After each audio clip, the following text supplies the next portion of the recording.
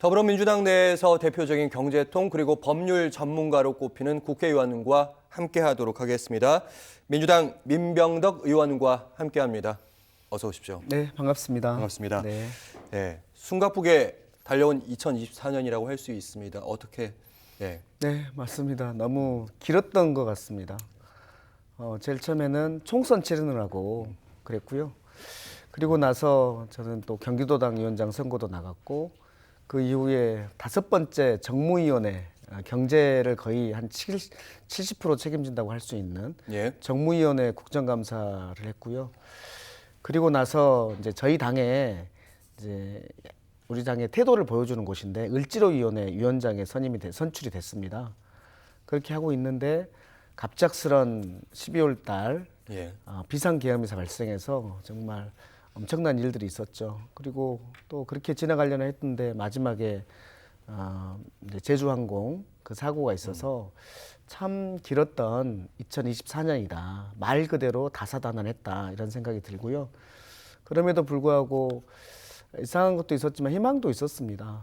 뭐 비상계엄을 통해서 발생했던 이 문제를 우리 2030이 적극적으로 나서서 이걸 이제 막아냈던 국민들이 막아냈던 이 경험.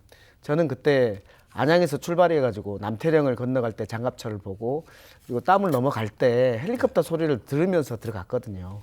그 속에서의 그 긴박했던 본회의장에서의 순간들, 밖에서는 문을 부수고 있고 그 안에 계셨습니까? 네, 물론이죠. 안에서는 시스템이 아직 완비 안 돼가지고 예. 투표를 하지 못하고 있을 때 그때 국회의원들 다 성질 나오더라고요.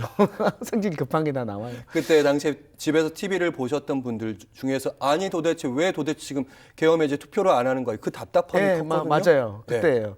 그때 시스템이 올라오지가 않았습니다. 그래서 전산 시스템이 작동이 안 돼가지고 그래서 막 사람들이 그냥 제가 법률가니까 저한테 왔으니 안건일지를 그냥 써.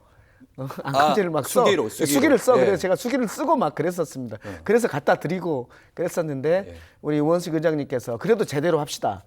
절차에 대해서 추후에다 문제를 삼지 않도록 제대로 합시다. 이렇게 해가지고 그렇게 했었어요.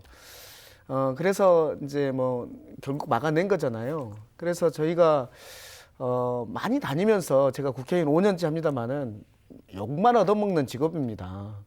너희들 하는 게 뭐가 있어 막 이랬는데 최근에는 그래도 고맙다, 열심히 해서 고맙다라든지 국회를 신뢰한다든지 이런 얘기들을 듣는 참 언감생심 이런 적도 있구나라는 생각이 들고 또 저는 5.18을 겪었는데 예.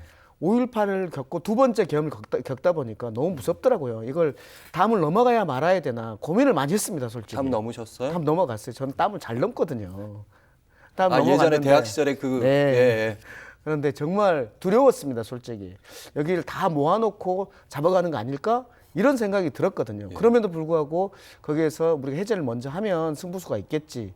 이런 생각이 들었고요. 예. 굉장히 다이나믹했습니다.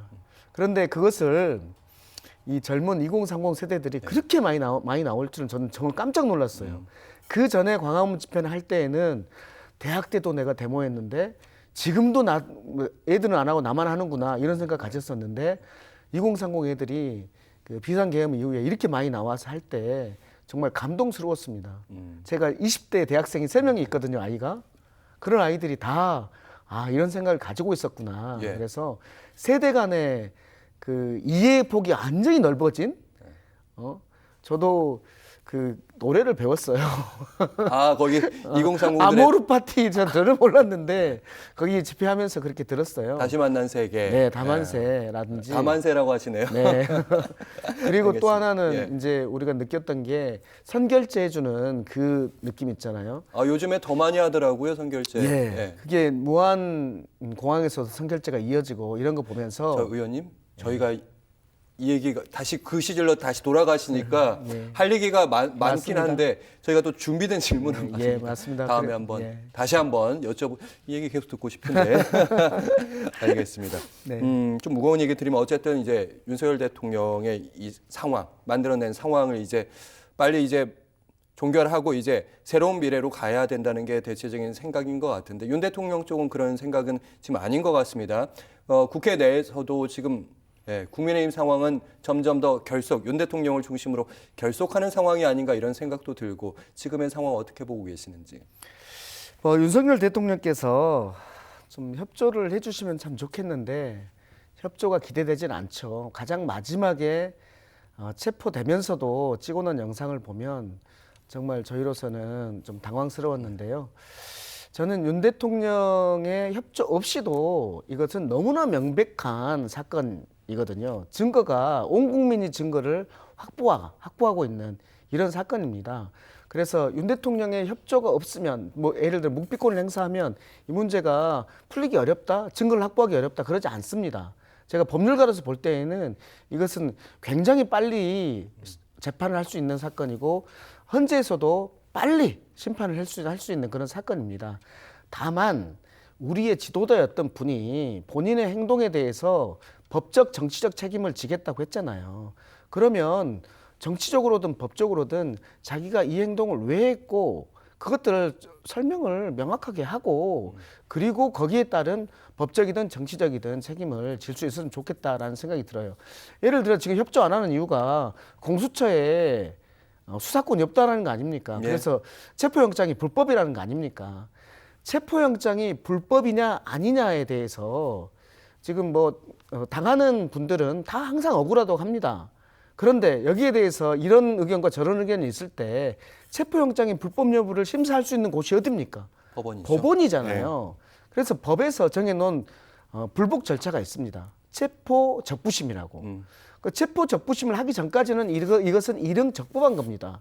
체포 적부심에서 이거 적법하지 않아라고 해야지 부적법한 거거든요. 예. 이 과정을 너무나 잘 알고 있는 분이 이제사 체포 적부심을 그것도 체포 적부심을 발부한 법원에다 해야지 그렇지 않은 법원에다가 그걸 인제 신청했어요. 내일이면 체포 적부심 심사할 수 있는 시간이 없어집니다. 왜냐하면 구속영장을 해야 되기 때문에. 그래서 대통령께서 우리나라의 지도자였다면 우리 국민들을 묶어 세워야 되는데 너무 갈라치기 하고 있다. 그 갈라치는 것도 법치를 무너뜨리면서 갈라치고 있다라는 지점에서 매우 안타깝다는 말씀을 드립니다. 알겠습니다. 지금 이제 내란에 대한 그 국정조사 한창입니다. 거기 특위위원으로 어제 그제 바쁘신 걸로 제가 기억하는데 오늘 나오셨습니다. 김명수 합참의장과 직접적으로 얘기를 하셨는데 당시 이런 겁니다. 그러니까 최근에 외환 유치 부분에 대해서 우리 군이 거기에 동원된 거 아니냐. 북한의 오물풍선에 대해서 원점 타격 얘기도 나오고 서북도서에서 계속 포사격도 많이 했고 그랬더니 이제 김명수 합참의장이 이거 정상적인 작전이다. 명예를 걸고 직을 걸겠다. 이렇게 얘기했거든요. 거기에서 민병덕 의원이 바로 거기에 뒷부분에 바로 얘기를 하시더라고요. 예, 그분은 이제 뒤에 있는 많은 군복을 입으신 본인의 부하들 사기를 위해서 이 외환을 의심하는 것은 군을 무시하는 처사다. 이 부분에 대해서 내가 직을 걸고 그렇지 않다고 말씀드린다. 이렇게 말씀하셨어요. 예. 저는 이해는 합니다. 부하들을 위해서 그렇게 말씀하시는 거에 대해서. 그래서 제가 물었습니다. 합참의장은 우리나라 대통령 다음으로 국군에서 그 다음 순서입니다. 네. 군복 입은 사람 중에서는 가장 1등인 가장 대장입니다. 예. 그분한테 물었습니다. 이번에 내란 사태에 군대가 다 동원됐는데 이 뒤에 무수히 수많은 별들이 동원돼 있는데 이분들이 다 내란죄로 걸려서 구속돼 있는데 합참의장님 아셨습니까? 했더니 모르신다는 거예요. 그런데 그 과정에서 비상계엄 사태를 비상계엄을 하기 위해서 국가 비상사태가 있어야 되잖아요. 예. 근데 어떻게 보이십니까? 국가 비상사태가 있어서 비상계엄을 했습니까? 아니면은 비상계엄을 하니까 국가 비상사태가 돼버렸습니까? 거꾸로잖아요. 예. 그 비상계엄 때문에 나라가 혼란해진 거 아닙니까? 그런데 이 국가 비상사태라는 이것을 유도하기 위한 많은 정황들이 있습니다. 구체적인 내용을 가지고 이것이 이런 거 아니냐라고 의심을 하는 겁니다. 그러면 그게 아니다라고 해야 되는데 본인이 다 아는 것처럼 그런 일이 절대 없습니다. 내란도 몰랐으면서 어떻게 외환은 절대 없습니다. 라고 말할 수가 있습니까? 그래서 저는 그렇게 말씀드린 거예요. 먼저 내란죄를 막지 못한 군대의 수장으로서 죄송하다고 말씀을 하셔야 되는 거고 그리고 그 자리에 계엄을 선포하는 자리에 그 벙커에 그때 계셨잖아요. 대통령하고 같이 국방부 장관하고 같이 그때 직을 걸었어야지. 그때 직을 걸고 계엄을 막아야지. 그때 직을 안 걸으시고 어떻게 여기에서 직을 건다는 말을 먼저 하십니까? 국민들에게 그럴 수 있습니까? 라고 말씀드린 겁니다. 알겠습니다. 다시 영상을 다시 본 것 같았고 직은 그때 걸었어야 된다. 네. 그 말씀으로 이해했습니다. 시간이 거의 다 돼가지고요. 그래요? 지역 질문은 이제 워낙 중요한 질문들이 앞에 있었으니까 네. 그 질문은 충분히 괜찮습니다. 시간을 드렸던 것 같고 지금 보니까 안양권에서 그쪽에 지역구가 있으시니까요. 네, 철도망 구축 계획의 수립 용역이 지금 진행되고 있다고 하는데 그러니까 지역 주민들 입장에서는 수원 사업이잖아요. 어떻게 진행되고 있습니까? 네, 뭐 이제 GTX 신호선이 이제 지나가고 있고 그다음에 월판선이 지나가고 있고 인동선이 지나가고 있고 그렇습니다. 여기에 이제 추가적으로 이제 역들 뭐 서울대 안양 직통선이라든지 유래 과천선 연장이라든지 이런 바람들이 있고요. 여기에 대해서는 저희 안양시에서 용역을 해서 벌써 경기도에 냈고 경기도에서는 국가에다가 내놓은 상태. 그래서 이제 광역 철도망 계획에 이제 들어가기 위해서 이제 내놓은 상태이다. 거기도 우선순위가 있지 않나요? 제가 기억하기로는 경기도에서도 여러 시군에서 순위 그렇습니다. 받을 거 아니에요. 그래서 이거는 제 아이디어로 제 공약이었는데 이 공약이 대통령 공약도 됐고 지금 경기도지사 공약도 됐던 그런 사안이기 때문에 가능성이 높다는 말씀을 드리고요. 예. 또 하나 더 말씀드리면 이제 평촌에 신도시가 있었어요. 일기 신도시 재건축과 관련된 것들이 많이 있어요. 그렇죠. 그 질문 드리려고 했습니다. 예. 그 부분과 관련해서 가장 큰 쟁점은 지금 그걸 겁니다. 용적률을 그러니까 한 용적률을 더 높게 짓잖아요. 그럼 아파트가 높아지죠. 그렇죠. 높아지죠. 높아지면은 그 높아진 만큼 공공 기여를 좀 해야 됩니다. 그 공공 기여를 원래 15% 하기로 예고돼 있었는데 제가 시장님하고 의논해가지고 10%로 줄였거든요. 그러면 이거는 공공에는 안 좋은 거 아니냐? 녹지가 적으니까 더 넓어져야 되는 거 아니냐 이렇게 생각하실 수 있는데 그것을 제가 대안을 마련했어요.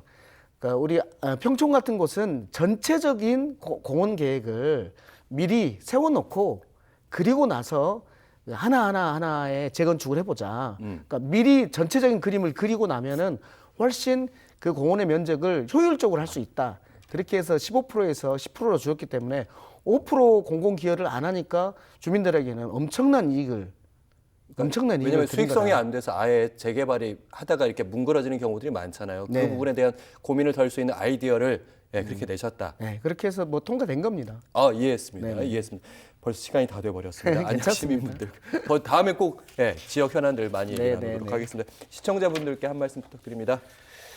예, 2025년 이제 밝았는데요. 작년에 있었던 우리 대한민국에 많은 불안들이 있었습니다.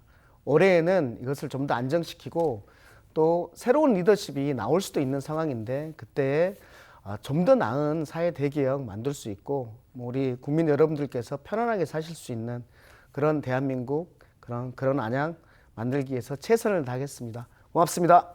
네, 고맙습니다. 제가 이런 말씀 안 드리는데 바쁜 가운데 나와주셔서 대단히 고맙습니다. 민병덕 의원이었습니다. 고맙습니다. 네.